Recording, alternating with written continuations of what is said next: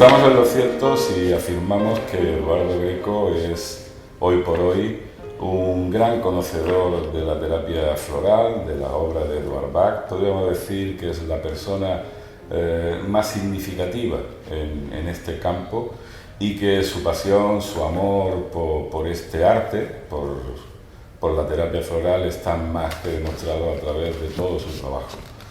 Nacido en Argentina, se desarrolla a través de la terapéutica en el psicoanálisis, toca distintas áreas de la psicología, llegando a la psicología transpersonal, filtrea con Jung y su obra, entra dentro del marco de lo simbólico, despliega todo un arte dentro del marco de la psicopatología, y a partir de ahí, a través de sus más de 60 obras, deja patente una sabiduría en torno al saber humano, a la conciencia y al desarrollo evolutivo del ser, que sigue manteniendo claramente manifiesto su gran pasión por el ser humano y por el arte, que en este caso nos trae, que es la terapia floral.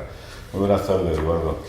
Muchas gracias por la presentación, Luis. Sí, bueno, tú sabes que es real, que mi admiración hacia tu trabajo y todo lo que de alguna forma significa tu aporte, más allá de la terapia floral, como un pensador, es algo que me ha estado inspirando siempre, y hoy, teniendo la oportunidad de poder platicar contigo y mantener este pequeño diálogo, ¿no?, en torno a la terapia floral, me gustaría preguntarte una serie de cosas que siempre han rondado mi cabeza, ¿no? Encantado, Luis. ¿Tú crees que a día de hoy, ¿no?, la terapia floral sigue manteniendo la vigencia de la propuesta de Edward Bach como un arte de sanar eliminando la ignorancia? Bueno, creo que esa propuesta que tenía Bach de plantear la terapia floral, lo que hoy llamamos terapia floral, no es una postura mayoritaria. En general, lo que existe en el mundo floral es una mirada prescriptiva, sanitaria, casi diría médica. Hay que recordar que Bach nos plantea, y creo que en el siglo pasado él, Freud y Jung planteaban esta cuestión de que la terapéutica no tiene como objetivo la cura, sino que tiene como objetivo erradicar la ignorancia. Y esto me parece que es un planteo sumamente revolucionario, porque en última instancia lo que Bach nos está planteando con respecto a la terapia floral, que la curación de los síntomas, las enfermedades, es una consecuencia de un cambio de visión radical que la persona tiene que hacer en la vida. Y yo creo que, o por lo menos en mi percepción en todos estos años de trabajo en la terapia floral, que la terapia floral ha reducido y de alguna manera ha traicionado la enseñanza fundamental de Bach, en pro de la búsqueda de una aceptación social. La terapia floral ha renunciado a los principios revolucionarios de pensamiento que Bach fundó. Hay islas dentro de este movimiento. Estas pequeñas islas me hacen imaginar que en algún momento las semillas van a fructificar, van a florecer, pero sin embargo hoy día mayoritariamente la terapia floral está muy alejada de los fundamentos con los cuales Bach la fundó. Cuando tú empezaste hace como 28 años, 30 años, en Argentina, en la escuela de terapeutas, con la revista Holy News y todo este movimiento, ¿no?, casi revolucionario, por otro lado, porque traía, no sé, el marco de la terapéutica que no se había planteado anteriormente. ¿Qué ha cambiado en ese universo de la terapia floral desde entonces hasta ahora? Bueno, hay que recordar que cuando nosotros nos iniciamos en la terapia floral era un mundo totalmente diferente al mundo que hay hoy, ¿no? En aquel tiempo la terapia floral eran los preparadores. Los terapeutas no existían como tales. Creo que la escuela de terapia floral argentina, que fue la primera escuela que se fundó, lo que hizo fue hacer participar a las personas que trabajamos en el arte curar la terapia floral desde una perspectiva totalmente distinta. Es decir, no somos preparadores, somos terapeutas. Es decir, somos personas que nos dedicamos al arte de ayudar a que la gente deje de sufrir, deje de padecer.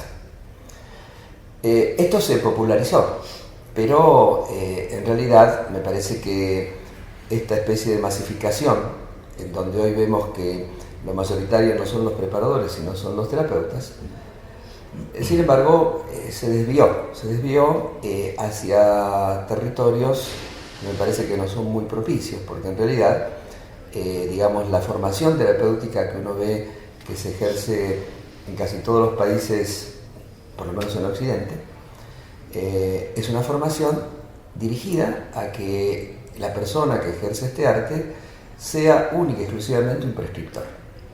Yo suelo hablar de que hay una diferencia muy significativa entre dar flores y ser terapeuta floral. La misma diferencia que hay entre tomar flores y hacer un proceso terapéutico. Y me parece que el proceso que se ha dado en estos años podemos plantearlo en 3 territorios diferentes. En primer lugar, la toma de conciencia de que la terapia floral o es una terapia que se suma a una visión evolutiva o no tiene sentido, no tiene destino. Es decir, va a morir por su propia entropía. En segundo lugar, el hecho de que lo importante no son los remedios, sino lo importante es el trabajo terapéutico. Y esto hay que recordar una frase de Bach, ¿no? Que justamente dice: hasta que accedamos a la sanación espiritual, sigamos usando los remedios florales. Es decir, que Bach tenía muy claro que la herramienta fundante del trabajo es la relación y que las flores son una herramienta en este proceso. Y el tercer punto me parece que es también la toma de conciencia de que las flores curan, pero lo que sana es la relación. Ahora bien, si uno mira la producción del campo floral, lo que ve es muchísimos libros centrados en los remedios y contados libros centrados en los problemas. Por ejemplo, no conozco ningún libro y reviso bastante la bibliografía floral que hable dedicado, por ejemplo, al tema de los vínculos. Hay un solo libro que escribí hace 25 años que ya está de modé, ¿no? Sobre la terapia floral en el campo del padecimiento emocional. Es decir, yo creo que falta literatura sobre problemas.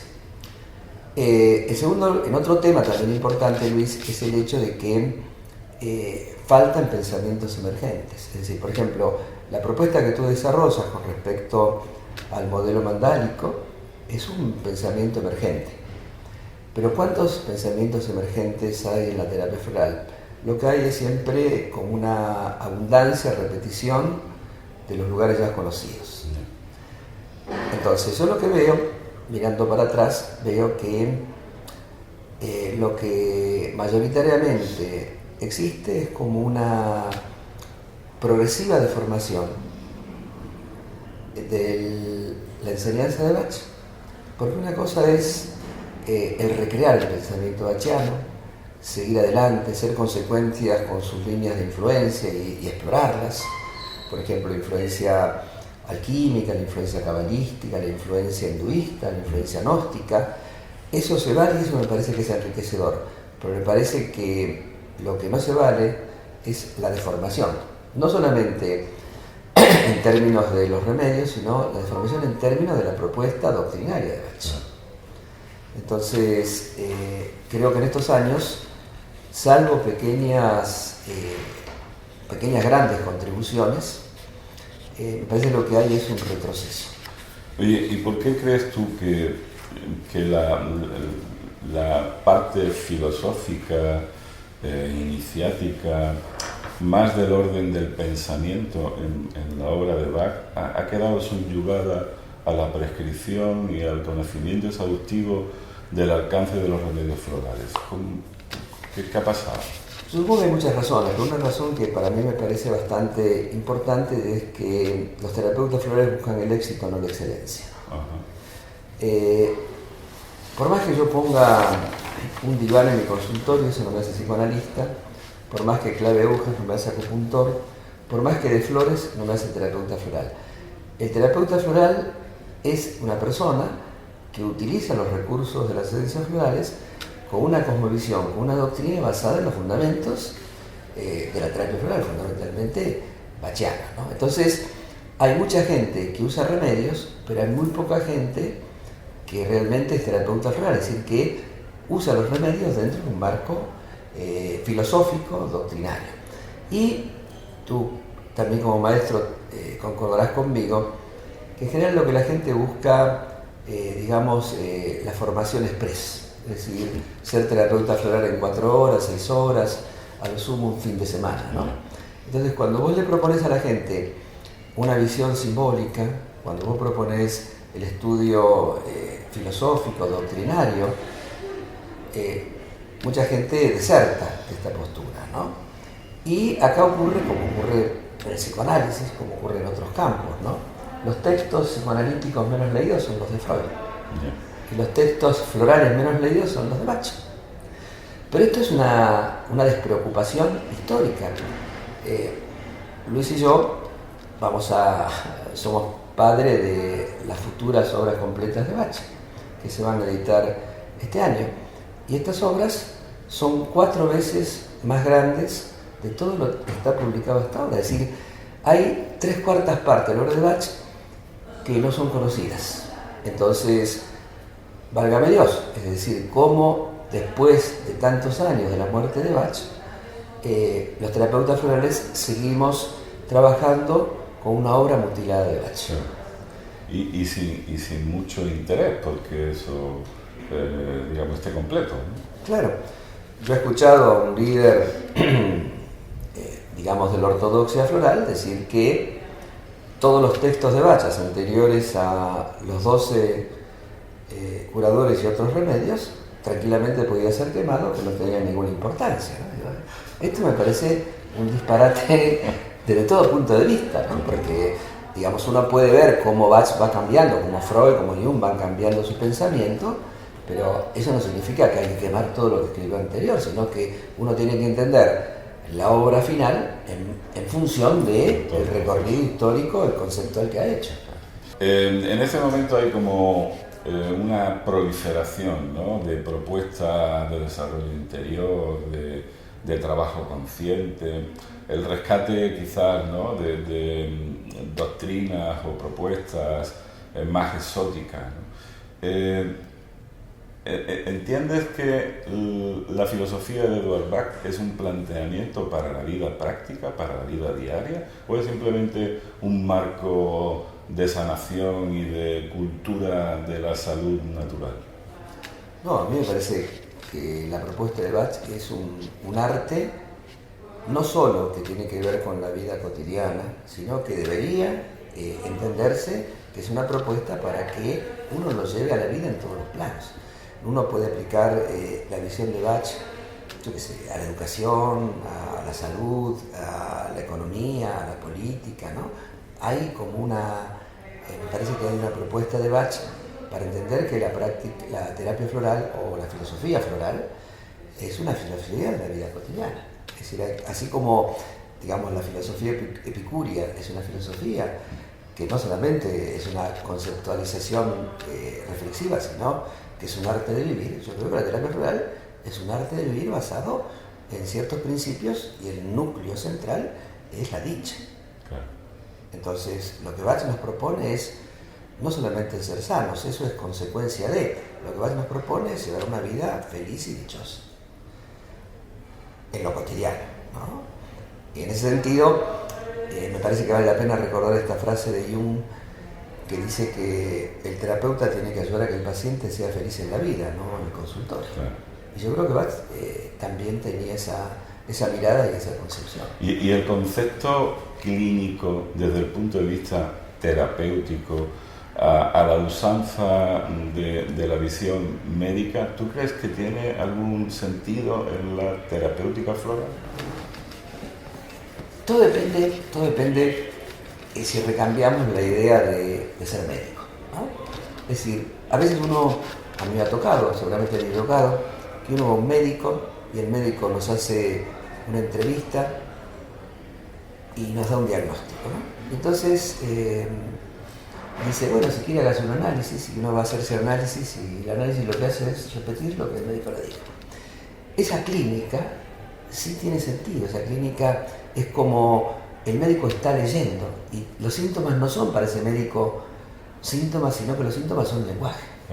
La clínica tomada como una lectura del lenguaje, eso me parece que sí es válido. El tema es cuando el médico o el terapeuta, en lugar de confiar en lo que ve, lo que escucha, lo que huele, lo que toca, es decir, en vez de confiar en esa mirada comprensiva, holística del paciente, delega su función en los estudios, en los análisis, en la tecnología, y él se convierte en una herramienta tecnológica más. Creo que esa clínica es inútil. Entonces, ¿por qué? Porque es una clínica que pierde de vista el hecho fundamental de la clínica, que es considerar al otro como una persona. Entonces, nosotros asistimos no solamente en la medicina ortodoxa, sino también en la terapia floral y en muchísimas prácticas, entre comillas, alternativas, como una tecnología, ¿no? Una tecnología. La tecnología puede ser un repertorio, ¿no? Es decir, el paciente desaparece y lo que tenemos es un repertorio, ¿no? Y uno ve, por ejemplo, que explica y dice lo importante es cómo la persona reacciona frente a lo que le pasa, lo importante es el mundo personal del paciente, lo importante es la historia del paciente, lo importante es la persona, cada persona es singular, la clínica siempre es clínica de lo singular, y siempre se levanta una persona y dice, yo tengo una abuelita que tiene un orzuelo en el ojo izquierdo, ¿qué flor le voy a dar? ¿No? Es que el entrenamiento alopático es tan tremendo, pero tan tremendo, que la gente tiene una aplanadora mental, no puede pensar de un modo diferente. Y esa clínica es una clínica además de aburrida, desesperante, porque es aburrida. No me necesitan, le das el repertorio, fíjate, y ya está. Es una clínica que se aleja de la propuesta de Bach, ¿no? Es un programa. Es un programa. A veces los alumnos me dicen, ay, porque los casos clínicos de Bach. Bach lo que hacía era, veía al paciente, le escuchaba, le prescribía y se iba. Algo así como decir, bueno, yo te dejo los remedios, confío en los remedios, arreglátelas, ¿no? Es decir, una clínica que no necesita necesariamente estar largo tiempo con el paciente, sino tener esa fineza, esa cualidad de entender que todo está conectado, pero que todo tiene que ser descifrado, que todo tiene que ser interpretado, que los síntomas del paciente son símbolos, ¿no? Entonces, cuando nosotros decimos que somos traductores, ¿no? Que leemos simbólicamente, a veces la gente se queda mirando porque no entiende, pero no entiende literalmente porque tiene un tapón mental de entrenamiento alopático que le impide pensar. Tiene información, no tiene comprensión de procesos, ¿no? La gente, yo qué sé, estudia historia, miles de datos, ¿no? Miles de datos, y repite de memoria los datos y no comprende procesos históricos. Bueno, en la clínica pasa lo mismo, ¿no? Los grandes clínicos, uno lo lee en los libros de los grandes clínicos clásicos, eran comprensores, personas que comprendían los procesos del paciente. Los síntomas eran anécdotas. Lo que le importaba era la persona, lo que le importaba era su historia, lo que le importaba era ese ser que estaba detrás sosteniendo los síntomas. Esa clínica sí es interesante, desafiante, y esa es la clínica que nos interesa. Totalmente.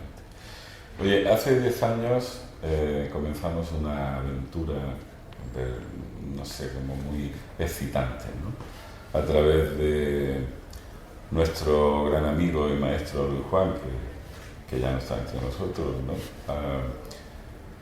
Con todo lo que fue síntesis, o ha sido síntesis, o está siendo síntesis. Después de este tiempo y después de este espacio, ¿no?, de reflexión que ha habido desde su fallecimiento hasta aquí, ¿qué sientes tú de lo que ha aportado síntesis o está aportando a la obra, a la propuesta de la terapia floral? Bueno, yo creo que fue un parteaguas síntesis, ¿no? Un parteaguas en la vida personal de los que participamos y un parteaguas en la terapia floral.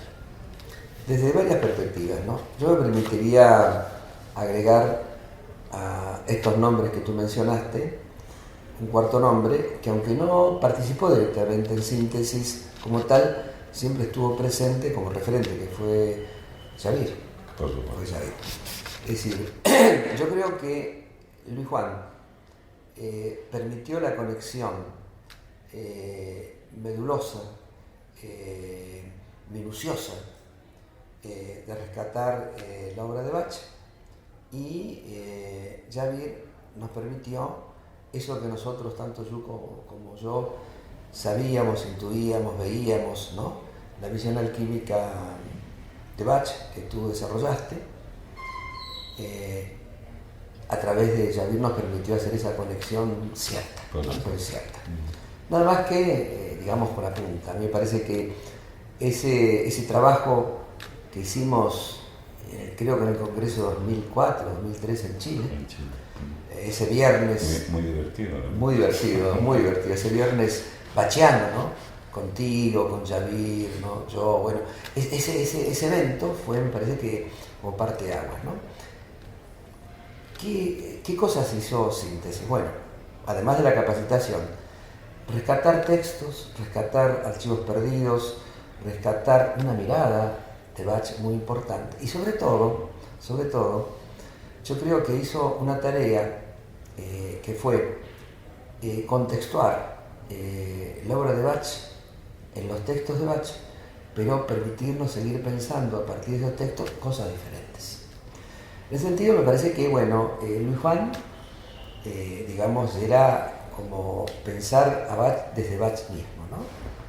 Y creo que tú pensabas a Bach más allá de Bach.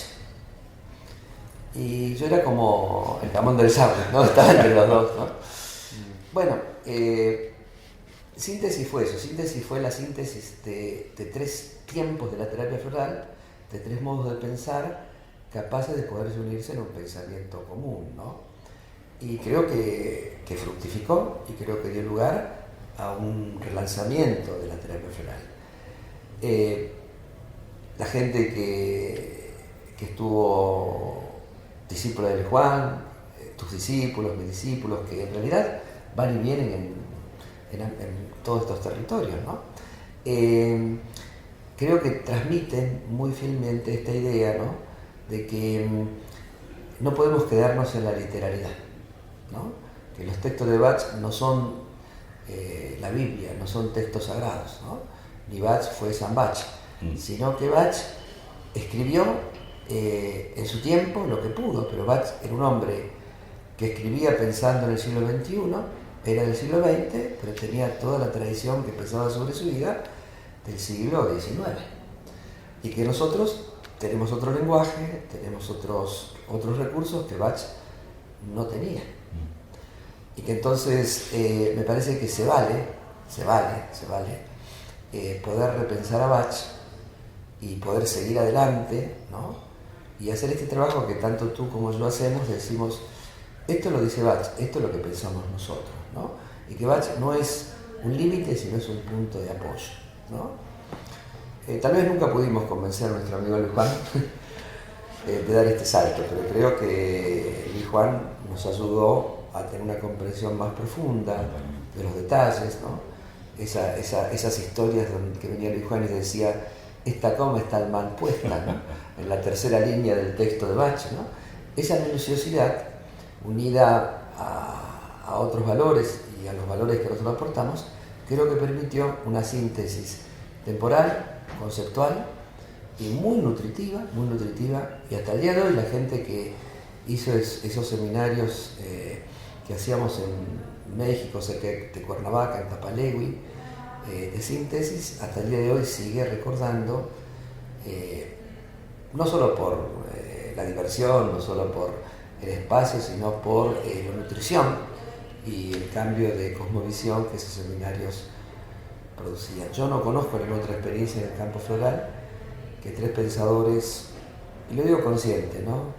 De la talla de nosotros tres, juntos, con ideas, perspectivas distintas, con un suelo común compartido muy sólido, hayan trabajado durante 5 años de la manera que trabajamos nosotros, produciendo la cantidad de libros que producimos juntos, rescatando las cosas que rescatamos juntos. No conozco otra experiencia semejante. Yo tampoco. Antes has mencionado las obras completas, ¿no? Y algo más, ¿no? Que hay por ahí, ¿no? es todavía el eco de síntesis. Yo creo que sí. ¿Qué cosas conseguimos en síntesis? Bueno, rescatar un importante archivo de Bach, donde había documentos que no se conocían y que son importantísimos, como por ejemplo la primera versión de Bach sobre los últimos 19 remedios, ¿no? En fin, rescatar documentación, textos perdidos, de Bach, de Nora Wicks, de otros autores. Me parece que eso fue una labor minuciosa. Entre esas cosas que rescatamos, como producto de síntesis, aunque uno u otro no importa, fue el libro de Mary Taylor, Fiel a ti mismo, que Luis Juan lo consiguió, que lo consiguió por una referencia de Javier, sí. Caminando por Belalmadre. Lo hizo traducir, lo editó, escribimos un libro después sobre Mary Taylor, El Mismo Misterio, descubrimos cómo se llamaba Mary Taylor, cuándo había nacido, cuándo había muerto, descubrimos un montón de cosas, pero yo creo que, digamos, ya fue una labor detectivesca, ¿no? Y otra labor también, además detectivesca, además de la formativa, fue la labor de proponernos, vamos a hacer que se publique toda la obra de Bach, pero toda, absolutamente toda, la que tenemos, la que estaba perdida, la que nunca se publicó, la que conseguimos, y vamos a hacerla editar con un texto cuidado. Y después de muchos años de trabajo, de muchas correcciones, de muchas contextuaciones, de muchas verificaciones, este año Ediciones Continente va a publicar las obras completas de Bach, lamentablemente de la mano tuya y mía, digo lamentablemente porque no va a estar presente Luis Juan, que también fue un pilar muy importante de trabajo.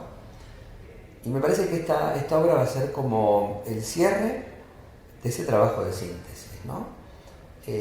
Y seguramente hay muchos otros ecos, ¿no?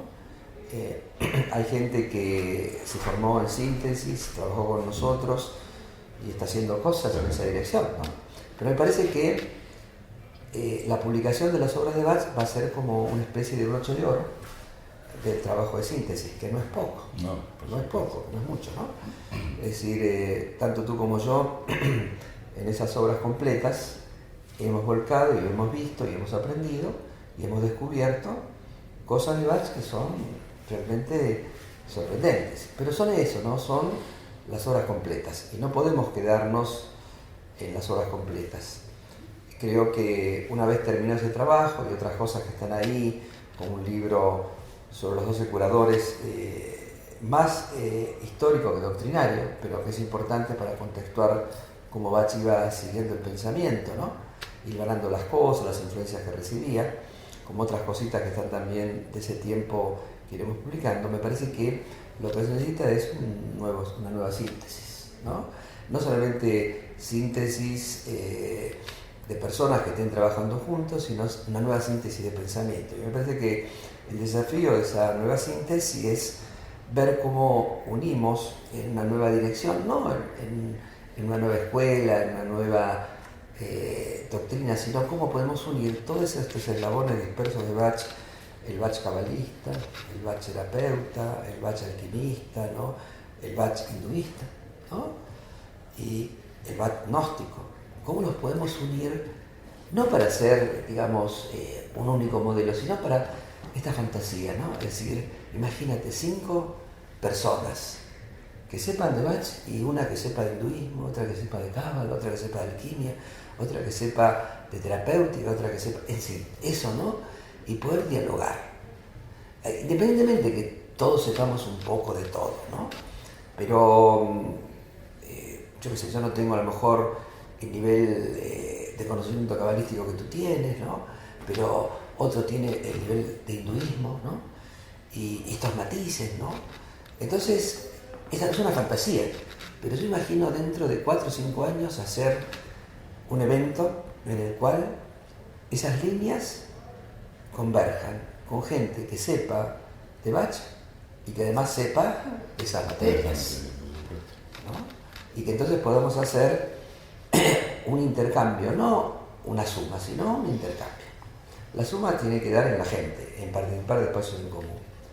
Pero me parece que esa sería la nueva síntesis. Y eso me parece que es un efecto de esta síntesis.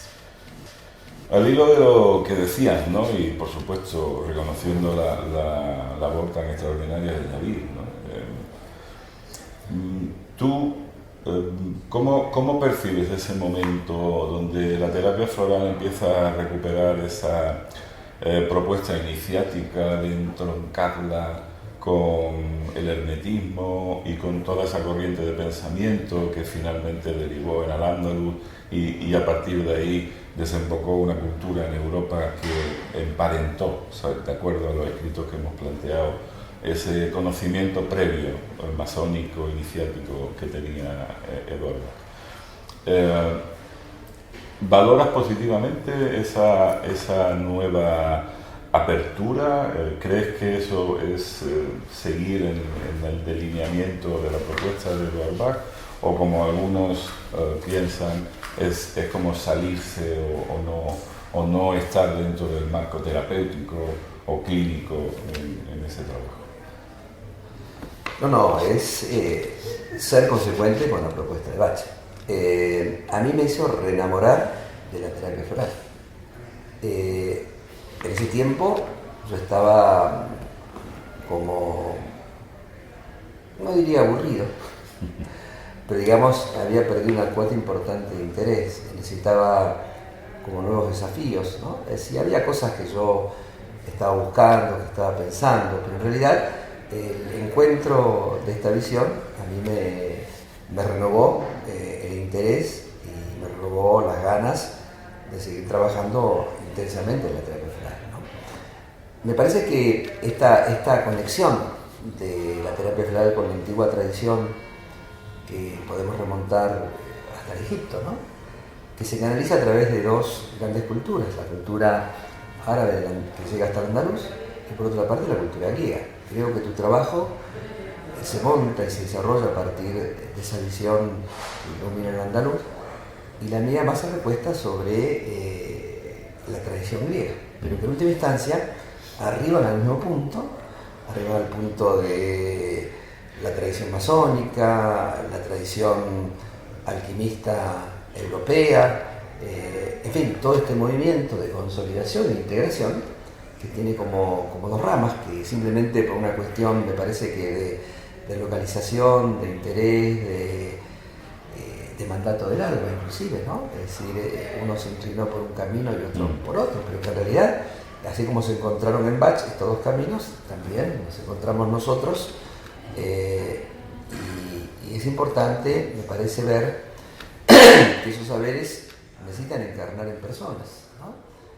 Y que eso es lo que hace que el pensamiento tenga fuerza, tenga vida, y ese pensamiento vivo, ese pensamiento intenso, ese pensamiento lleno de ese aspecto positivo, Wild Rose, ¿no?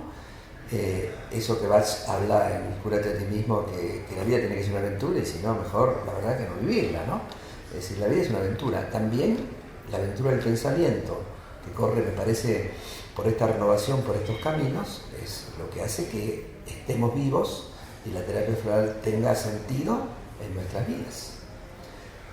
Si seguíamos como estábamos hace, no sé, 20 años, me parece que ni tú ni yo estaríamos donde estamos, ¿no? Claro. Pero bueno, ese nuevo desafío que se presenta en la terapia floral es un desafío que es consistente con Bach, es consistente con la clínica, es consistente con la evolución del pensamiento y nos permite ver cosas desde lugares muy enriquecedores, ¿no? Entonces, a eso me sumo, eso me parece vital. Me gustaría, bueno, ya concretando, ¿no? Porque una cosa es, digamos, la insinuación que Javier hace en su momento, ¿no? Un poco la idea que compartimos cuando trabajamos juntos en Bach Prescriptivo, ¿no? Donde apareció un esbozo de la conexión entre los cuatro elementos y los cuatro ayudantes, etcétera, etcétera. Y bueno, otra cosa lo que ha ido desplegándose hasta la aparición de la terapia floral evolutiva que de alguna forma he desarrollado yo, ¿no? Y me gustaría conocer tu opinión directa, ¿no? Al respecto. Yo el otro día pensaba, ¿Lo consideras como algo post-Edward Bach, como planteabas en algún momento? ¿Es un delirio de Luis Jiménez o algo que tiene que ver con la terapia floral? ¿Cómo lo percibes tú eso? Yo te diría, Luis, esta comparación. Newton trabajaba sobre la física. Einstein trabajaba sobre la física. Planck, es decir, todos los pensadores cuánticos trabajan la física. Pero creo que todos tenemos que tener claro, o todos aceptaríamos, que están hablando de cosas diversas. Y que no es que Einstein esté en contra de Newton, ni que Newton esté peleado con Einstein, sino que son pensamientos distintos sobre un mismo marco de referencia de la realidad. A mí me parece que Bach fundó, aunque nunca lo llamó así, Bach fundó un arte que llamamos hoy terapia floral. Ese arte que llamamos terapia floral tenía las coordenadas que Bach en su tiempo, con su grandeza, con su mirada, pudo sostener. Pero esto fue hace 70, 80 años. No podemos seguir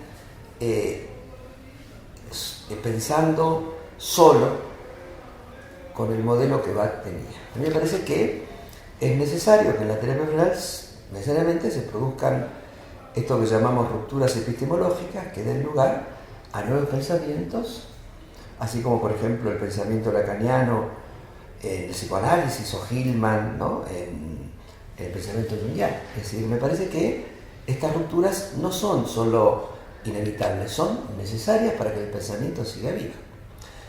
Fíjate, lo que tú haces con tu trabajo no es decir Bach se equivocó, Bach no sabía, Bach no sirve. No, lo que tú dices es, esta es la obra de Bach, esto es el pensamiento de Bach, Bach fue valiosísimo y Bach nos permite pensar otras cosas diferentes. Entonces, a mí me parece que tu pensamiento, el pensamiento del modelo mandálico, este pensamiento que tú tienes, es un pensamiento válido por sí mismo, que tiene una ruptura con el modelo bachiano, pero que no es ni opuesto, ni es antagónico, sino que es otra manera de mirar los mismos problemas a partir de las herramientas que hoy tenemos y que no teníamos en la época de Bach, y que están, de alguna manera, muchas de esas cosas están presentes como insinuaciones, como pinturas, ¿no? En Bach, pero que no sé si Bach las hubiera podido desarrollar porque no tenía esas herramientas. Te comento esto, por ejemplo, yo cuando leo a Bach, sobre todo las cosas terapéuticas, inequívocamente me voy a los evangelios, ¿no? Bach tenía una mirada terapéutica evangélica, ¿no? Yo veo los evangelios no como Jesús salva, sino como Jesús sana. ¿Qué hacía Jesús? Sanar y divertirse, sanar y comer, ¿no? Y divertirse, pasarla bien. Bueno, lo mismo veo en Bach, en los principios bachianos terapéuticos y los principios evangélicos terapéuticos. Y la visión que tenía Bach era una visión gnóstica, entonces, es decir, la visión gnóstica de los evangelios, ¿no? Pero hasta el tiempo de Bach, hasta que Bach muere, años después, se descubren y se publican, ¿no? Los textos gnósticos. Yo me planteo cómo Bach lo sabía. Claro, hay una tradición, claro, la conocemos. Pero bueno, seguramente si Bach hubiera tenido, como lo tuvo Jung después, el conocimiento de los textos gnósticos, hubiera dicho otras cosas diferentes. Hoy lo tenemos, ¿no? Y tenemos a Jung, y tenemos textos alquímicos, y tenemos un montón de cosas que Bach no tuvo acceso seguramente, o no tuvo todo el acceso pleno como tenemos nosotros hoy. Entonces se vale repensar a Bach desde unas nuevas coordenadas, pero se vale como lo hacemos o como lo haces tú, para referirme específicamente a tu trabajo. Es decir, esto es lo que dice Bach, esto es lo que digo yo. Esto es lo que plantea Bach, esto es lo que planteo yo. No se vale hacerle decir a Bach, como hay veces algunos autores, ¿no?, que le hacen decir a Bach cosas que Bach nunca dijo. Por ejemplo, el otro día leí un libro que, aludiendo a Bach, habla del Wein, diciendo que el Wein es un remedio para los psicópatas. A Bach nunca se le hubiera ocurrido jamás decir semejante cosa. Entonces, me parece que ese es un punto importante. El otro punto, Luis, es decir, no tenemos que cerrarnos a los desafíos de la ciencia. Es decir, imagínate por un minuto, Einstein criticaba y se reía y se burlaba de los pensadores cuánticos, el tema de la conexión misteriosa, ¿no? Y después tuvo que aceptar que lo que decían estos tipos, estamos hablando de Einstein. Es decir, por ahí, alguno que nos escucha, ¿no? Le va a parecer odiosa esa comparación, pero bueno, yo creo que tu pensamiento o tu modelo tiene ese mismo estatus, es decir, un pensamiento revolucionario, un pensamiento cuántico dentro de la terapia floral. Es como Benveniste cuando revoluciona la lingüística, ¿no? O cuando Freud revoluciona la terapéutica, ¿no? O cuando Jung revoluciona el psicoanálisis. Pero fíjate lo que dice Jung al final de sus días, ¿no? En su libro póstumo, ¿no? Recuerdos, sueños, todo ese tipo. Dice, yo en realidad creo que fui el único que entendió y soy fiel a Freud.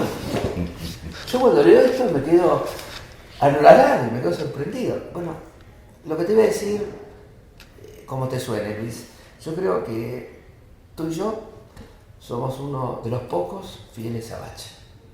Y Bach, ¿qué nos dijo? Sigan pensando. Cuando habla de Hahnemann, dice exactamente eso, ¿no? Es decir, sigan pensando. Hay que ir más allá, ¿no? Exacto. Entonces, somos fieles a Bach en ese sentido, seguimos pensando, ¿no? Y bajo esta línea, ¿no? Es decir, creo que tú tomas fantásticamente esta visión alquímica y cabalística, y yo me recuesto sobre el clasicismo griego porque, yo qué sé, soy de otra generación, ¿no? Otra generación, y bueno, eso es lo que me atrae, ¿no? Los mitos, las tragedias, pero que en última instancia estamos tomando esos dos caminos que se unen en Bach, ¿no? La tradición griega y la tradición alquimista se unen en Bach, y me parece que desde dos lugares distintos. Por eso cuando doy seminarios en los cuales tú estás o tú organizas, los alumnos ven congruencia en lo que tú dices y lo que yo digo, porque en realidad son como mirar un mismo tema desde dos ópticas diferentes. Y creo eso, creo que es el pensamiento del futuro. Es decir, la terapia floral, si sigue la línea prescriptiva, la línea de repertorio, la línea de códigos, es una terapia floral que va a pasar a mejor vida, como otras terapéuticas, pero si la terapia floral asume el desafío que se está planteando, este desafío, la terapia floral va a resurgir, va a reverdecer, porque lo que estamos haciendo es, se vea o no se vea, o lo que estás haciendo, se vea o no se vea, es cumplir con un mandato bachiano que es, sigan pensando, sigan subidos a la aventura de la sanación. Y la sanación supone todos los días nuevos desafíos, todos los días nuevos desafíos. Y uno ve, cuando uno habla de estas cosas, la gente se entusiasma, ¿no? Totalmente. Y la gente que realmente quiere ser terapeuta, se entusiasma. Y bueno, hay de todo, ¿no? En este mundo. Hay un espacio para la gente que quiere prescribir, para la gente que quiere seguir con códigos, con repertorios, que son masivos, son exitosos porque calman la angustia de irnos a la experiencia. Pero que en realidad nosotros hemos visto pasado en nuestra trayectoria en la terapia floral, hemos visto pasar códigos, modelitos, propuestas, ¿no? Hemos visto pasar muchas cosas, y inclusive en un momento fueron muy masivas y que después desaparecieron, porque en realidad es como vender espejitos de colores, ¿no? Lo que permanece es lo que se funda en un trabajo simbólico y almático, un trabajo fundado en doctrina, en filosofía, en arte, no en técnica, ¿no? La técnica seduce, pero es una cosa que de un día, ¿no? Es la diferencia entre erotismo y seducción. La seducción se basa en la percepción. Una vez que ves lo que querías ver, todo se termina. Y creo que nuestra propuesta, la tuya, la mía, es puro erotismo floral, ¿no? En cada oportunidad lo que hace es retroalimentar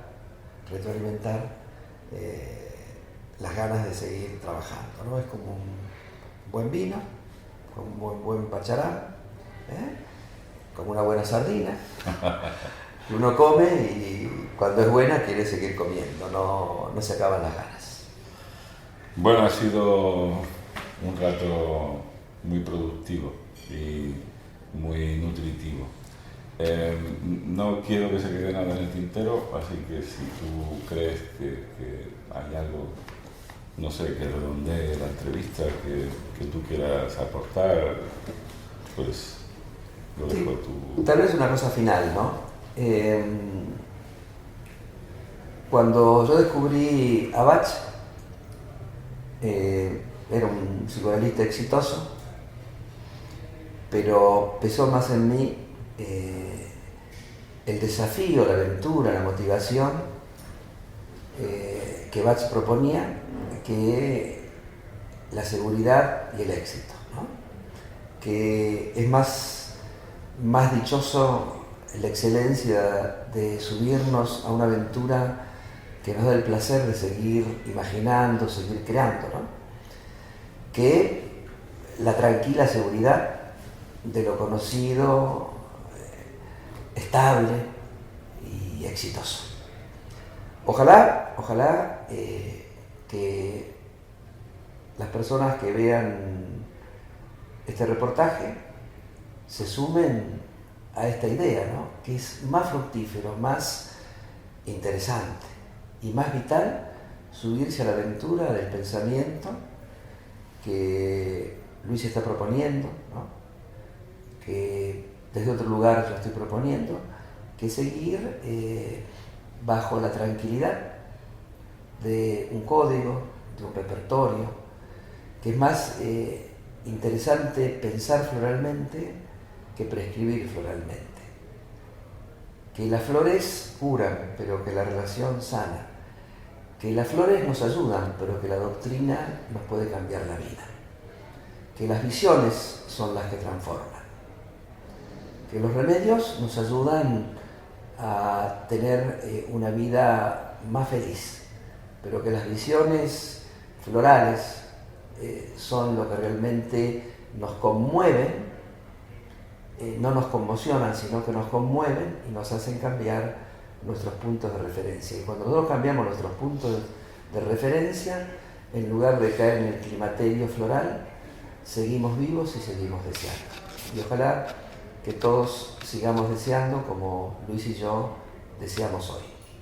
Bueno, hermano, ha sido un placer, me lo he pasado muy bien y ahora solo resta que hagamos algo juntos, ¿no? En esa dirección de unidad y que volvamos a divertirnos. Totalmente. Y creo que en estos años seguimos haciendo juntos y que a partir de ahora haremos más visibles las cosas juntos.